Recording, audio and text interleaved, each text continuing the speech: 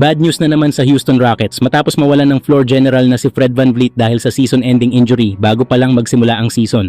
Dumagdag pa ang isa pang mabigat na dagok sa kanilang frontcourt. Opisyal nang sumailalim sa season-ending surgery si Steven Adams dahil sa pinsala sa kanyang left ankle. Nagkaroon ng matinding pagkapilipit ang bukong-bukong ni Adams habang kinokontesta ang isang tira sa panalo ng Houston laban sa New Orleans noong nakaraang araw. At matapos ang pagsusuri, napagdesisyonan na kailangan na niya ng operasyon na magtatapos sa kanyang season.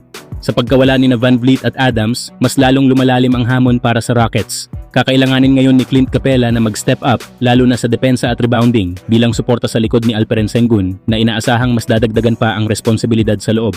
Sunod-sunod na injury ang bumabagsak sa Houston at malaking tanong ngayon kung paano nila haharapin ang natitirang bahagi ng season sa kabila ng mga pagkawala na ito. Kayo mga idol, anong masasabi nyo? Samantala kanina sa laban ng Lakers at Cavaliers, naging emosyonal ang gabi para kay LeBron James matapos ipalabas ng Cavs ang tribute video para sa kanya sa isang timeout sa simula ng laro. Tahimik na pinanood ni LeBron ang mga alaala ng kanyang pagbabalik kasama ang Cleveland at kitang-kita sa kamera ang pagpigil niya ng luha. Isang bihirang sandaling nagbalik siya bilang simpleng kid from Akron. Pagkatapos ng tribute, maayos sana ang lahat at puno ng respeto ang atmosfera sa Rocket Arena. Ngunit nagbago ang usapan nang matapos ang laro nang magsalita si Jalen Tyson habang ini-interview si Donovan Mitchell. Ayon dito, sinabi ni Tyson na "This is Donovan Mitchell's city now", isang pahayag na ikinagalit ng ilang fans at itinuring na disrespect kay LeBron, lalo na't kasunod lang ito ng emosyonal na tribute para sa kanya.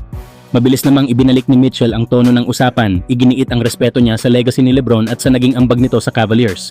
Dagdag pa rito, mas lalong uminit ang espekulasyon sa hinaharap ni LeBron matapos iulat na willing ang Cleveland Cavaliers na tanggapin muli si LeBron kung nanaisin niyang bumalik para sa isa pang season. Sa edad na 41, mas ramdam na ngayon ang bigat ng tanong. Ito na ba ang huling pagbisita niya sa Cleveland o simula ng isang huling kabanata kung saan babalik siya sa lugar kung saan nagsimula ang lahat? Samantala, habang papalapit ang NBA trade deadline, muling umiinit ang pangalan ni DeAndre Hunter sa usapang trade at kabilang ang Los Angeles Lakers sa mga team na seryosong interesado.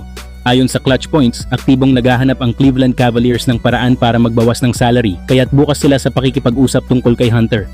Batay sa ulat ni Brett Siegel, malaki ang tsansa na mailipat si Hunter sa loob ng susunod na linggo. Isa ang Lakers sa mga team na madalas mabanggit dahil sa matagal na nilang pangangailangan ng isang 3-and-D wing at dito pumapasok ang halaga ni Hunter. Maaari siyang magbigay ng matibay na depensa sa wing, bantayan ang top scorers ng kalaban at magdagdag ng spacing sa opensa, isang aspeto na kulang minsan sa Lakers. Kung itutuloy ang trade, kakailanganin umano ng multi-team deal upang tumugma ang salary. Sa mga naging usapan, nababanggit ang mga pangalan ni Gabe Vincent, Jared Vanderbilt at Rui Hachimura bilang posibleng bahagi ng galaw, bagamat malinaw na layunin ng Lakers ay palakasin ang roster, hindi ito buwagin. Sa panig naman ng Cavaliers, may pag-aalinlangan ang ilang team dahil sa mahigit $20 million na kontrata ni Hunter at sa kanyang injury history, dahilan kung bakit patuloy pa rin ang negosasyon sa iba't ibang direksyon.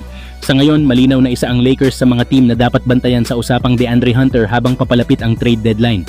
Kayo mga idol, anong masasabi nyo? Sulit bang isama sina Gabe Vincent, Vando o Hachimura kapalit ni DeAndre Hunter? Bothered by an active Reed. Here's to Garland. Garland draws a triple, lost the ball, but it comes right to Allen. Hunter's open. Got it! Oh, nice pass. First team to 50. The Thunder have joined them now. They're a half game better than OKC. There's Hunter using that length and strength.